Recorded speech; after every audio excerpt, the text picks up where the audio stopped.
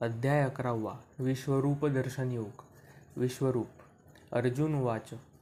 मदनुग्रहाय परम गुह्यमध्यात्म संगीतम यत्त्वयोक्तं वचस्तेन मोहोऽयं विगतो मम. अर्जुन म्हणाला, या परमगुह्य आध्यात्मिक विषयाबद्दल तुम्ही कृपावंत होऊन जे उपदेश दिले आहेत ते ऐकून माझा मोह नष्ट झाला आहे. तात्पर्य. श्रीकृष्ण हे सर्व कारणांचे आदिकारण आहेत हे या अध्यायात दर्शविले आहे. ज्या महाविष्णूंपासून अनंत ब्रह्मांडांचा उद्गम होतो त्या महाविष्णूंचेही श्रीकृष्ण हेच कारण आहेत. श्रीकृष्ण हे एक अवतार नसून सर्व अवतारांचे उगमस्थान आहेत. या गोष्टीचे संपूर्ण विवेचन यापूर्वीच्या अध्यायात केले आहे. आता अर्जुनाविषयी सांगावयाचे तर तो म्हणतो की माझा मोह नष्ट झाला आहे. याचा अर्थ असा आहे की अर्जुन हा श्रीकृष्णांना एक साधारण मनुष्य किंवा आपला मित्र असे समजत नाही, तर तो श्रीकृष्णांना सर्व कारणांचे आदिकारण समजतो. अर्जुन हा अत्यंत प्रबुद्ध झाला आहे आणि श्रीकृष्णांसारखा आपला महान मित्र आहे, म्हणून तो आनंदात आहे. परंतु तो विचार करीत आहे की जर आपण श्रीकृष्णांचा आदिकारण म्हणून स्वीकार केला तर इतरही त्यांचा याप्रमाणे स्वीकार करतीलच असे नाही. म्हणून सर्वांकरिता श्रीकृष्णांचे दिव्य स्वरूप प्रस्थापित करण्यासाठी तो श्रीकृष्णांना विश्वरूप प्रकट करण्याची विनंती करीत आहे. वास्तविकपणे जेव्हा मनुष्य श्रीकृष्णांचे विश्वरूप पाहतो तेव्हा तो अर्जुनाप्रमाणेच भयभीत होतो. परंतु श्रीकृष्ण हे इतके दयाळू आहेत की आपले विश्वरूप प्रकट केल्यावर ते पुन्हा आपले मूळ रूप धारण करतात. श्रीकृष्ण हे केवळ आपल्या हितार्थ बोलत असल्याचे अर्जुन स्वीकारतो. म्हणून आपल्याबाबत जे काही घडत आहे ते श्रीकृष्णांच्या कृपेमुळेच घडत आहे हे तो मान्य करतो. त्याला आता पक्की खात्री पटली आहे की श्रीकृष्ण हे सर्व कारणांचे कारण आहेत आणि तेच प्रत्येकाच्या हृदयात परमात्मा रूपाने स्थित आहेत. भवाप्ययो हि भूतानां श्रुतो विस्तरशो मया तत्त्वं कमलपत्राक्ष महात्म्यमपि चाव्ययम्. हे कमलनयना, जीवांच्या उत्पत्ती आणि लयाबद्दल मी तुमच्याकडून सविस्तरपणे ऐकले आहे आणि मला तुमच्या अगाध अव्ययी महात्म्याची अनुभूतीही झाली आहे. तात्पर्य. अत्यानंदित होऊन अर्जुन या श्लोकात भगवान श्रीकृष्णांना कमलनयना, श्रीकृष्णांचे नेत्र कमळासारखे दिसतात, म्हणून संबोधित आहे. कारण पूर्वीच्या अध्यायात श्रीकृष्णांनी निश्चितपणे सांगितले आहे की अहम कृस्तन्य जगतः प्रभव प्रलयस्तथा, या संपूर्ण भौतिक सृष्टीच्या उत्पत्तीचे आणि प्रलयाचे कारण मीच आहे. अर्जुनाने याबद्दलचे सविस्तर वर्णन भगवंतांकडून ऐकले आहे. अर्जुनाला हे सुद्धा माहीत आहे की भगवंत जरी सर्व वस्तूंच्या उत्पत्तीला आणि प्रलयाला कारणीभूत असले तरी त्या सर्वांपासून ते अलिप्त आहेत. 9व्या अध्यायात भगवंतांनी सांगितल्याप्रमाणे ते सर्वव्यापी आहेत, पण तरीही व्यक्तिशः ते सर्वत्र उपस्थित नाहीत. हेच श्रीकृष्णांचे अचिंत्य ऐश्वर्य आहे आणि अर्जुनाने हे आपल्याला संपूर्ण समजल्याचे मान्य केले आहे. एवमेतद्यथास्थ त्वत्मात्मं परमेश्वर दृष्टुमिच्छामि ते रूपमैश्वरं पुरुषोत्तम. हे पुरुषोत्तम, हे परमेश्वर, तुम्ही स्वतः वर्णन केल्याप्रमाणे तुमचे मूळ स्वरूप मी जरी माझ्यासमोर पाहत असलो तरी या प्राकृत सृष्टीत तुम्ही कसे प्रविष्ट झाला आहात हे मी पाहू इच्छितो. मला तुमचे ते रूप पाहण्याची इच्छा आहे. तात्पर्य. भगवान श्रीकृष्णांनी म्हटले आहे की ते आपल्या विभूतींद्वारे या भौतिक जगतात प्रविष्ट झाल्याने भौतिक जग निर्मित आणि कार्यरत झाले आहे. आता अर्जुनाबद्दल सांगावयाचे तर श्रीकृष्णांच्या सांगण्यावर त्याचा दृढ विश्वास आहे. परंतु भावी काळातील ज्या लोकांना श्रीकृष्ण हे साधारण मनुष्य आहेत असे वाटेल त्या लोकांची खात्री पटविण्याकरिता अर्जुन श्रीकृष्णांचे विराट रूप पाहू इच्छितो.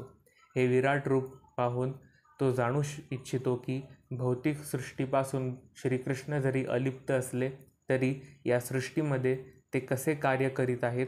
या श्लोकामध्ये अर्जुनाने श्रीकृष्णांना पुरुषोत्तम म्हणून संबोधणेही महत्त्वपूर्ण आहे. श्रीकृष्ण हे पुरुषोत्तम भगवान असल्यामुळे ते अर्जुनाच्या अंतर्यामी उपस्थित आहेत.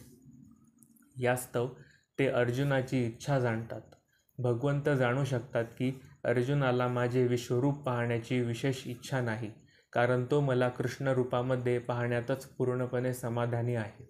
परंतु इतरांचा विश्वास पटविण्याकरिता अर्जुन आपले विश्वरूप पाहू इच्छितो हेही भगवंत जाणू शकत होते.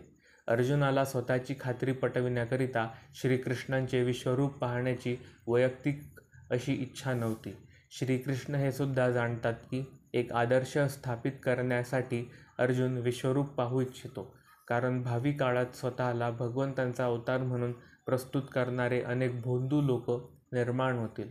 म्हणून लोकांनी अत्यंत दक्ष राहिले पाहिजे.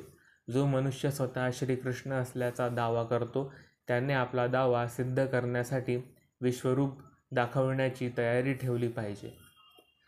मन्यसे यदि तच्छक्यं मया दृष्टमिति प्रभो योगेश्वर ततो मे त्वं दर्शयात्मानवयम्. हे प्रभो, मी तुमचे विश्वरूप पाहणे अशक्य आहे असे जर तुम्हाला वाटत असेल तर हे योगेश्वरा, तुम्ही कृपया ते आपले अमर्याद विश्वरूप मला दाखवा. तात्पर्य असे म्हटले आहे की भौतिक इंद्रियांद्वारे मनुष्य भगवान श्रीकृष्णांना पाहू शकत नाही, ऐकू शकत नाही, तसेच त्यांचा अनुभवही करू शकत नाही. परंतु प्रारंभापासूनच जर मनुष्य भगवंतांच्या दिव्य प्रेममयी सेवेमध्ये संलग्न झाला तर त्याला भगवंतांचा साक्षात्कार होऊ शकतो. प्रत्येक जीव हा केवळ एका स्फुल्लिंगाप्रमाणे आहे, म्हणून तो भगवंतांना पाहू किंवा जाणू शकत नाही. भक्त म्हणजे अर्जुन हा आपल्या तर्कशक्तीवर अवलंबून राहत नाही. उलट तो जीव या दृष्टीने आपल्या मर्यादत्वाचा स्वीकार करतो आणि श्रीकृष्णांचे अचिंत्य स्वरूप मान्य करतो. अर्जुन जाणू शकत नव्हता की जीवाला अमर्यादित अनंताचे पूर्ण ज्ञान होणे शक्य नाही. जर अनंताने स्वतःला जीवासमोर प्रकट केले तर अनंताच्या कृपेनेच जीव अनंताचे स्वरूप जाणू शकतो.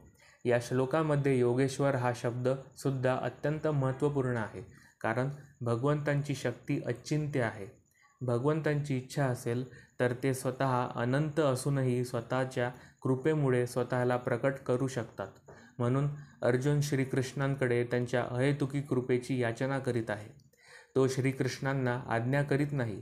जोपर्यंत मनुष्य पूर्णपणे कृष्ण भावना भावित होऊन श्रीकृष्णांना शरण जात नाही आणि भक्तीमध्ये संलग्न होत नाही, तोपर्यंत श्रीकृष्ण स्वतःला प्रकट करण्यास बाध्य नाहीत. याप्रमाणे जे आपल्या तर्कशक्तीवर विसंबून आहेत ते श्रीकृष्णांना पाहू शकत नाहीत.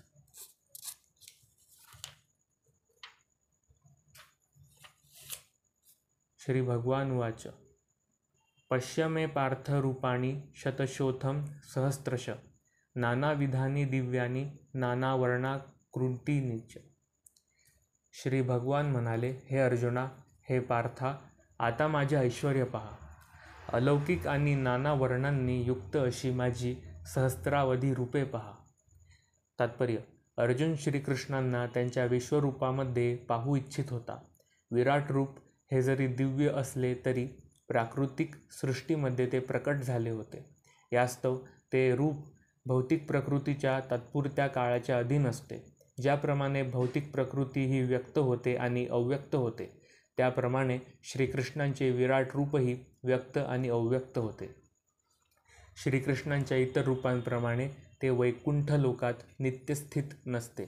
भक्तांच्या बाबतीत विचार केल्यास भक्त हा विराट रूप पाहण्यास उत्सुक नसतो, परंतु अर्जुनाला श्रीकृष्णांना या रूपामध्ये पाहावयाचे होते, म्हणून श्रीकृष्ण आपले हे रूप प्रकट करतात. सामान्य मनुष्याला हे विश्वरूप पाहणे शक्य नाही. मनुष्याला हे रूप पाहावयाचे असेल तर श्रीकृष्णांनी त्याला शक्ती प्रदान करणे आवश्यक आहे. पश्यादित्यान्व सुंदराणि श्विनो मरुतस्तथा बहुन्यदृष्टपूर्णानि पश्याश्चर्यानि भारत. हे भरत श्रेष्ठा, आदित्य, वसु, रुद्र आणि अश्विन कुमारांच्या विविध रूपांना आणि इतर सर्व देवदेवतांना या ठिकाणी पहा. यापूर्वी कोणत्याही मनुष्याने कधीच न पाहिलेल्या किंवा न ऐकलेल्या अनेक अद्भुत रूपांना पहा. तात्पर्य अर्जुन श्रीकृष्णांचा निकटवर्ती मित्र आणि अत्यंत विद्वान असला तरी सुद्धा त्याला श्रीकृष्णांचे पूर्ण ज्ञान प्राप्त होते शक्य नाही. या श्लोकामध्ये म्हटले आहे की मनुष्याने या सर्व अभिव्यक्ती आणि रूपांना कधी पाहिलेही नाही किंवा ऐकलंही नाही. आता श्रीकृष्ण या सर्व अद्भुत रूपांना प्रकट करीत होते. इहैकस्थं जगत्कृत्स्नं पश्याद सचराचरं मम देहे गुडाकेश यच्चान्य दृष्टमिच्छसि. हे अर्जुना, तू जे काही पाहू इच्छितोस ते आता माझ्या या देहामध्ये पहा. तू आता जे काही पाहू इच्छितोस आणि भविष्यामध्ये तुला जे काही पाहावयाची इच्छा असेल ते सर्व हे विश्वरूप प्रकट करू शकते. संपूर्ण चराचर या एकाच ठिकाणी स्थित आहे. तात्पर्य: एकाच ठिकाणी बसून कोणालाही संपूर्ण जग पाहणे शक्य नाही. अत्यंत प्रगत झालेला वैज्ञानिकही विश्वाच्या इतर भागात काय चालले आहे हे पाहू शकत नाही. परंतु अर्जुनासारखा भक्त विश्वामध्ये अस्तित्वात असलेल्या सर्व यच्चयावत गोष्टी पाहू शकतो. भूत, वर्तमान आणि भविष्य यापैकी अर्जुनाला जे काही पाहावयाचे आहे ते सर्व पाहण्यास श्रीकृष्ण त्याला शक्ती प्रदान करतात. याप्रमाणे श्रीकृष्णांच्या कृपेने अर्जुन सर्व काही पाहू शकत होता. न तू मा शक्यसे दृष्टमनैनव स्वचक्षुषा दिव्यं ददामि ते चक्षु पश्य मे योगमेश्वरम्. परंतु तू तुझ्या वर्तमान नेत्रांनी मला पाहू शकणार नाहीस, म्हणून मी तुला दिव्य नेत्र प्रदान करतो. माझे योग ऐश्वर्य पहा. तात्पर्य: शुद्ध भक्त श्रीकृष्णांना त्यांच्या द्विभुज रूपाव्यतिरिक्त इतर कोणत्याही रूपात पाहण्याची इच्छा करीत नाही. श्रीकृष्णांच्या कृपेनेच भक्ताने त्यांचे विश्वरूप मनाने नव्हे तर दिव्य नेत्रांनी पाहावे. श्रीकृष्णांचे विराट रूप पाहण्यासाठी अर्जुनाला मन नव्हे तर दृष्टी बदलण्यास सांगण्यात आले. श्रीकृष्णांच्या विश्वरूपाला अधिक महत्त्व नाही आणि हे पुढील श्लोकांमध्ये स्पष्ट करण्यात येईल. तरीही अर्जुनाला विश्वरूप पाहण्याची इच्छा असल्याने विराट रूप पाहण्यासाठी आवश्यक अशी विशिष्ट दृष्टी भगवंत त्याला प्रदान करतात. ज्या भक्तांनी श्रीकृष्णांशी आपला दिव्य संबंध यथार्थ तत्त्वाने प्रस्थापित केला आहे ते श्रीकृष्णांच्या ऐश्वर्य प्रदर्शनामुळे आकृष्ट होत नसून प्रेममय स्वरूपामुळे आकृष्ट होतात. त्यांचे सवंगडी, सखा, मातापिता यांना श्रीकृष्णांनी आपले ऐश्वर्य प्रकट करावे अशी मुळीच इच्छा नसते. ते विशुद्ध प्रेमामध्ये इतके तल्लीन झालेले असतात की श्रीकृष्ण स्वतः पुरुषोत्तम भगवान आहेत याची जाणीवसुद्धा त्यांना नसते. आपल्या दिव्य प्रेमाच्या आदानप्रदानामध्ये श्रीकृष्ण हे परमेश्वर असल्याचे सुद्धा त्यांना विस्मरण झाले होते. श्रीमद भागवतात म्हटले आहे की श्रीकृष्णांबरोबर क्रीडा करणारे गोपगण हे अत्यंत पुण्यवान होते आणि अनेकानेक जन्मांनंतर त्यांना श्रीकृष्णांशी क्रीडा करण्याची संधी प्राप्त झाली होती. अशा गोपबालकांना श्रीकृष्ण हे भगवान असल्याचे माहीत नव्हते. ते श्रीकृष्णांना आपला जिवलग सखा मानत. म्हणून शुकदेव गोस्वामी एका श्लोकामध्ये म्हणतात, इत्थ सतां ब्रह्म सुखानुभूत्या दास्यगतानां परदैवतेन मायाश्रितानां नरदाकरेण साकं विजर्रू कृतपुण्यपूजा. परमेश्वराला मोठमोठे ऋषीगण, हे निर्विशेष ब्रह्म, भक्तगण हे पुरुषोत्तम भगवान आणि जनसामान्य हे मायाधीन असल्याचे मानतात. या बालकांनी गतजन्मांमध्ये अनेकानेक पुण्यकर्मे केल्यामुळे ते आता पुरुषोत्तम श्री भगवंतांशी क्रीडा करीत आहेत. वस्तुस्थिती ही आहे की भक्तगण या विश्वरूपाचे दर्शन घेण्यास फारसे उत्सुक नसतात, परंतु श्रीकृष्णांच्या वचनांना सिद्ध करण्याकरिता विश्वरूप पाहण्याची अर्जुनाला इच्छा होती. यामुळे भविष्यकाळातील लोक जाणू शकतील की श्रीकृष्णांनी स्वतःला केवळ सिद्धांत रूपाने किंवा तात्विकदृष्ट्या भगवंत म्हणून प्रस्तुत केले नाही, तर स्वतःचे मूळ स्वरूप अर्जुनासमोर प्रस्तुत केले. अर्जुनाने या गोष्टीला पुष्टी देणे आवश्यक आहे, कारण अर्जुनापासून परंपरेचा प्रारंभ होणार होता. जे खरोखर भगवान श्रीकृष्णांना जाणण्यास उत्सुक आहेत आणि ज्यांना अर्जुनाच्या पदचिन्हांचे अनुसरण करण्याची इच्छा आहे, त्यांनी जाणले पाहिजे की श्रीकृष्णांनी केवळ सिद्धांत रूपाने स्वतःला परमेश्वर म्हणून प्रस्तुत केले नाही, तर वास्तविकपणे स्वतःला भगवंत म्हणून प्रकट केले. भगवंतांनी आपले विश्वरूप पाहण्याकरिता आवश्यक ती शक्ती अर्जुनाला प्रदान केली, कारण आम्ही पूर्वीच सांगितल्याप्रमाणे भगवंतांना माहीत होते की अर्जुन विराट रूप पाहण्यास विशेष इच्छुक नव्हता. संजय उवाच. एवमुक्तां ततो राजन्मा योगेश्वरो हरी दर्शयामास पार्थाय परम रूपमेश्वरम. संजय म्हणाला, हे राजा, या प्रकारे बोलून महायोगेश्वर पुरुषोत्तम भगवंतांनी आपले विश्वरूप अर्जुनाला दाखविले. अनेक वक्रम नयम मनेका दुर्बदर्शनम.